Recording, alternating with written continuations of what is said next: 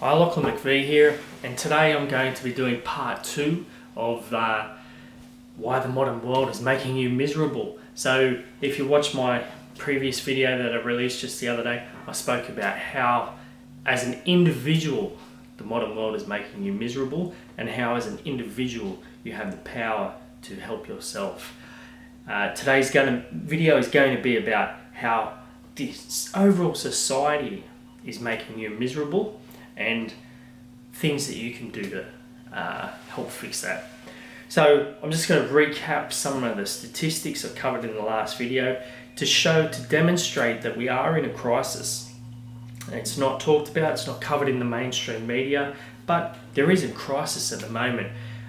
We have 1 in 5 receiving mental health treatment. That's a lot.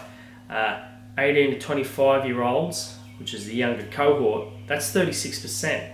That's more than 1 in 3 people have mental health issues. What have we got? 1 in 3 feel lonely. That's overall.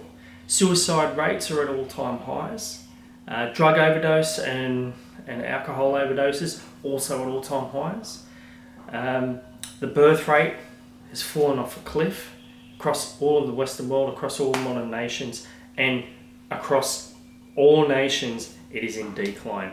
And some countries, there's going to be real issues with population replacement. Marriages are at an all-time low. Divorces are skyrocketing. I haven't got the stat there, but it's something crazy like 1 in 3 men below 30 or something like this is still a virgin, and then 50% haven't approached a woman ever. Like, the stats are horrendous. So we're in a crisis. Part of it as well is driven around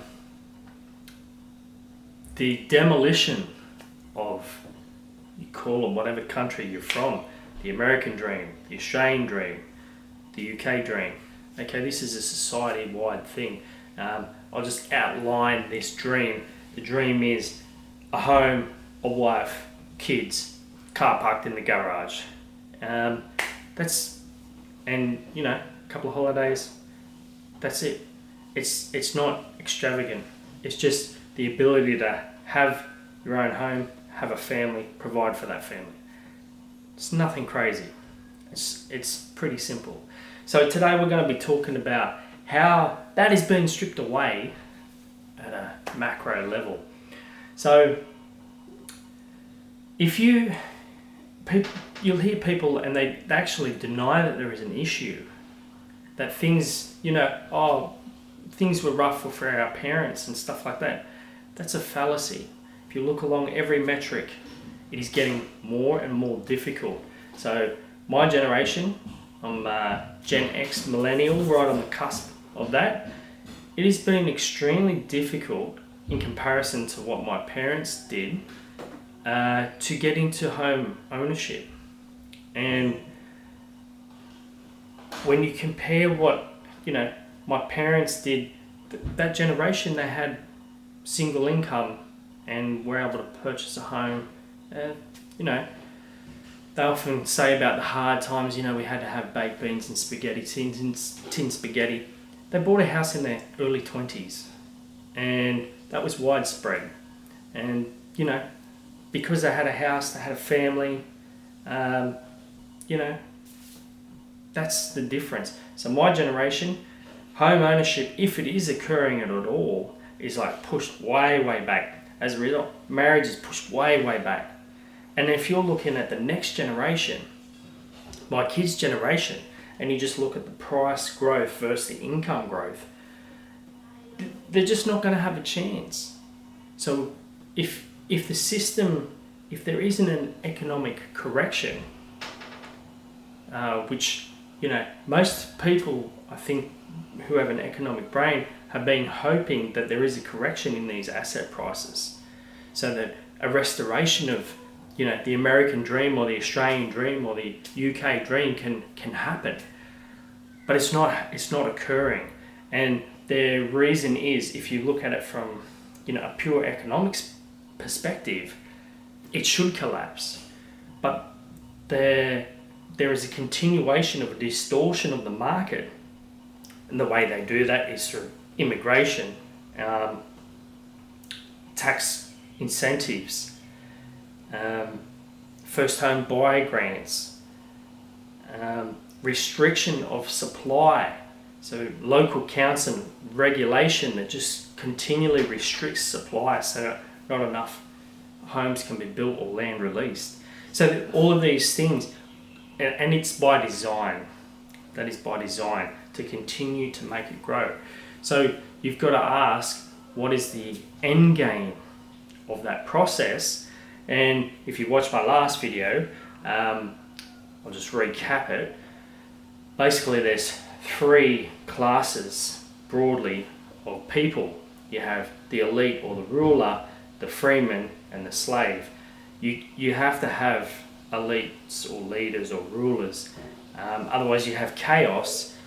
But the best societies have a very large section of freemen, or you would call it middle class or working class, something like this, and the slave is minimal, and the less slave the better. But what you find throughout history, and you go, it doesn't matter what society it is, it could be the pharaohs, could be the Aztecs, could be whoever, they often have the elites will exploit and convert the freemen into slaves and enrich themselves. So that's where you get the massive inequalities occurring, and that's happening. So that's the end game of all of this. So they're distorting the house prices. So from my parents' generation, it was quite easily obtainable to get a house. To my generation, very difficult. And then to the next generation, it's unobtainable. So it's not going to be able to be obtained by that generation, because the prices of these houses and assets is so high that they will end up renting, and it'll be a rent cycle. And there's another word for that. So slave, serf, peasant, it's all pretty, they're all a similar thing. So these people will live hand to mouth, week to week. They'll pay their rent, they'll pay all their bills, they won't own anything. That's the end game. And who gets rich off that? Well, the elites get rich off that. So you squeeze the middle class or the freeman or the working class, and you make a large slave class, and then you have a very rich elite class. And that's where we're headed. That's what the end game of all of this. It's by design. So, as I mentioned, what can you do about it? Well, you need to free yourself. So back to my original video, you make sure that you're not inadvertently becoming enslaved. So quite often the way you're being enslaved these days is through addiction. So gaming, porn, social media, and things like this. Watch my other video to look at that. The next thing that needs to happen is an awakening. Like, people are just so apathetic to this, and they're just sleepwalking like lemmings into, their children becoming peasants. That's pretty much what they're sleepwalking into. And a lot of these mental health issues and fertility issues are as a result of the sickness of our modern society.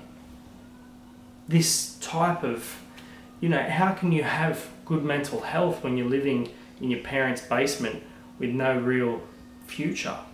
How can you have, good mental health when there's not really a chance of you ever having a family, because you can't provide for them, because that's the way the society's been structured. So these are all interlinked. How can you, bring a family into the world if you don't have your own house? What are you going to do? Bring your girlfriend over to your mum's basement? You can't do that. Or your spare room, and start a family in your mum's spare room, because houses are completely out of reach. Oh, and then you go into rental, and you need both you and your missus working flat out to pay the rent. just to make ends meet, living hand to mouth. You're not going to start a family in this situation. So there needs to be an awakening that the system is broken, and it's intentionally broken. When enough people awaken, you're going to have the power of people together, and the conversation may be a little bit different at that time. But I think that's enough for today's video. But so first you need to watch my first video about freeing yourself. You can't do anything if you're unfit and you're enslaved to addiction. You can't help anything, you can't help a cause. So you need to get yourself right and then join the movement. Get the word out that things are broken. Things are broken, and it's intentionally broken. And if it goes the way they want to go, it's going to be Louis, in the French aristocracy.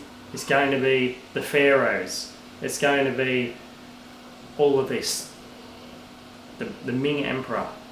That's the style of society that they're trying to set up.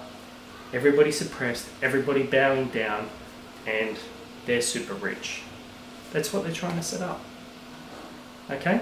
So you've got actions to do, so move on and spread the word. Good luck. Thank you.